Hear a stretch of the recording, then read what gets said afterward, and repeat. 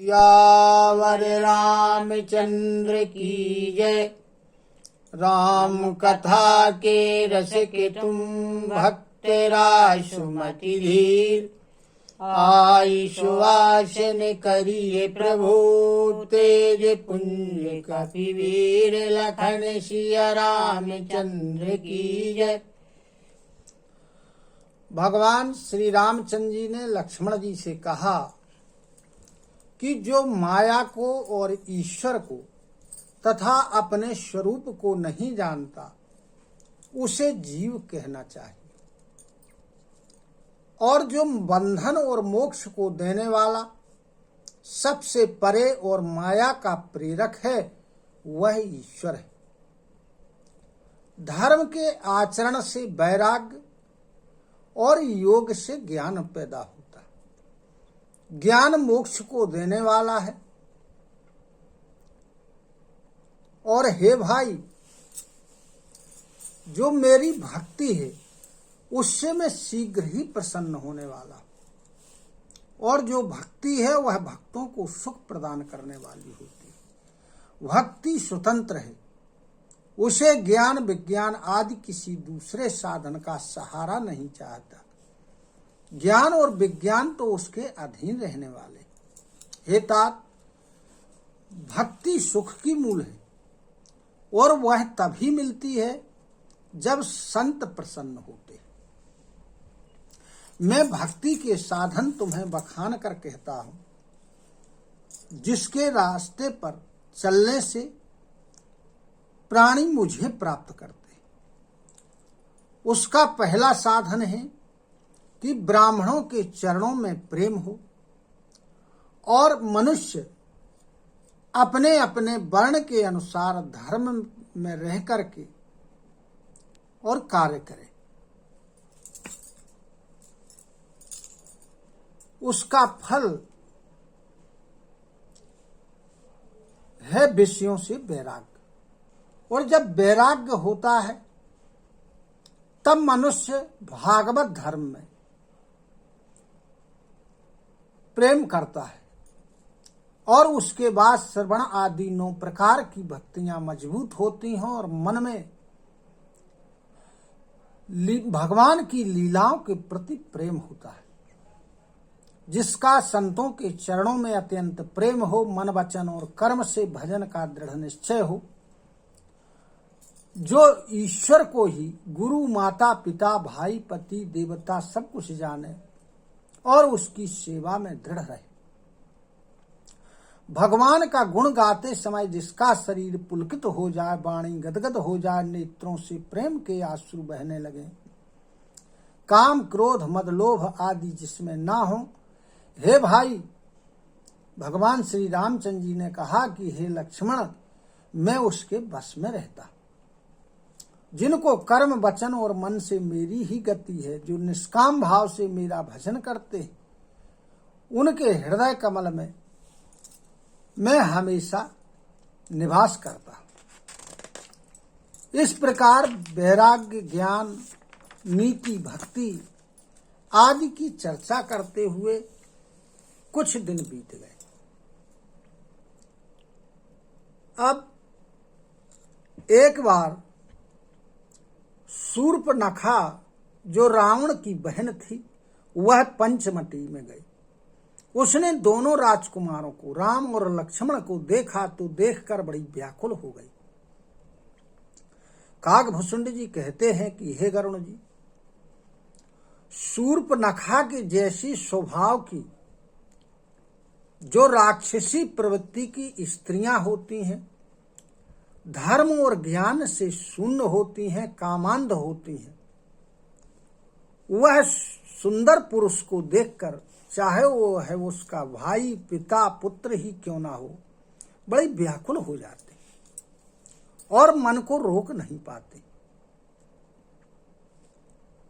तो शूर्पणखा सुंदर रूप धारण करके भगवान श्री रामचंद्र जी के पास आई और कहने लगी कि तुम्हारे समान पुरुष और मेरे समान स्त्री कोई दूसरी नहीं है, अतः विधाता ने यह संयोग बड़ा विचार करके बनाया।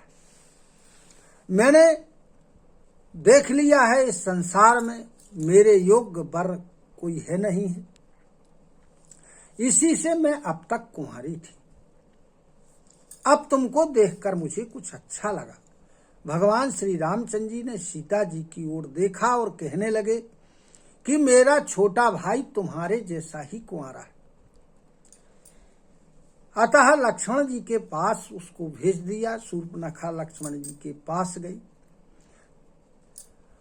तब लक्ष्मण जी ने कहा कि हे सुंदरी, मैं तो उनका दास हूं और दास हमेशा पराधीन होता है, अतः मैं पराधीन हूं, तुम्हारी व्यवस्था नहीं कर सकता। प्रभु समर्थ हैं, कौशलपुर के राजा हैं, वे जो कुछ कहें उन्हें सब कुछ अच्छा लगता है। लक्ष्मण जी ने कहा शूर्पणखा से कि सेवक यदि सुख चाहे, भिखारी सम्मान की अभिलाषा रखे, जुए शराब आदि व्यसन करने वाला धन की कामना करे, व्यभिचारी सुंदर गति प्राप्त करना चाहे, लोभी यश चाहे, अभिमानी धर्म अर्थ काम मोक्ष ये 4 पदार्थ चाहे, तो ये कभी उन्हें प्राप्त नहीं होते।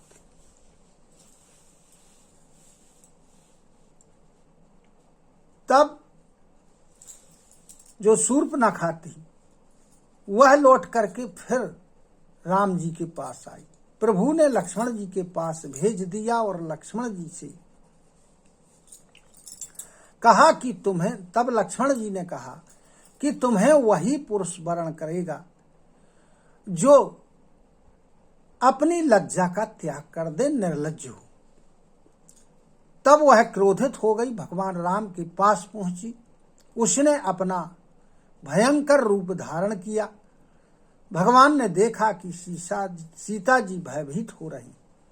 तब भगवान ने लक्ष्मण जी को इशारा किया। लक्ष्मण जी ने उसके नाक और कान काट लिए और ऐसा लगता था जैसे उसके द्वारा रावण को चुनौती दी गई हो। नाको कान बिनु भई विकरारा, जनु श्रवे से ले गेरु के धारा, खर दूषण पहन गई बिल पाता, धिग धिग तवो पौरुष बल भ्राता। बिना नाक कान के वो बड़ी विकराल दिखने लगी। ऐसा लगता था जैसे पर्वत से गेरू की धारा बह रही हो। वह व्याकुल विलपती हुई खरदूषण के पास पहुंची और कहने लगी कि तुम्हारे बल और पौरुष को धिक्कार है। तेहि पूछा सब कहे से बुझाई, जातु धानो सुनि सेन बनाई, धाये निशिचर निकर बरूठा, जनु सपक्ष कज्जल गिरि जूथा। उन्होंने शूर्पणखा से पूछा, तब उसने समझा करके कहा। सब कुछ सुनकर राक्षसों ने सेना तैयार की और राक्षसों के समूह झुंड के झुंड दौड़े, मानो पंखधारी काजल के पर्वतों का झुंड। नाना वाहन नाना कारा, नाना युधोधर घोरे अपारा, शूपे नखा आगे करिलीनी, अशुभ रूप श्रुति नासाहीनी। अब जब वह सेना चली तो नाना प्रकार के वाहन हैं, नाना प्रकार के राक्षस हैं,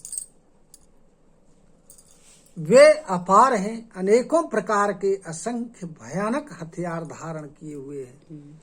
उन्होंने नाक कान कटी हुई शूर्पणखा को आगे कर लिया और चल दिए। अशुगुण अमित हो ही भयकारी, गनहि न मृत्यु विवश सब झारी। गरजहि तरजहि गगन उड़ाही, देखी कटकू भट अति हर्षाही।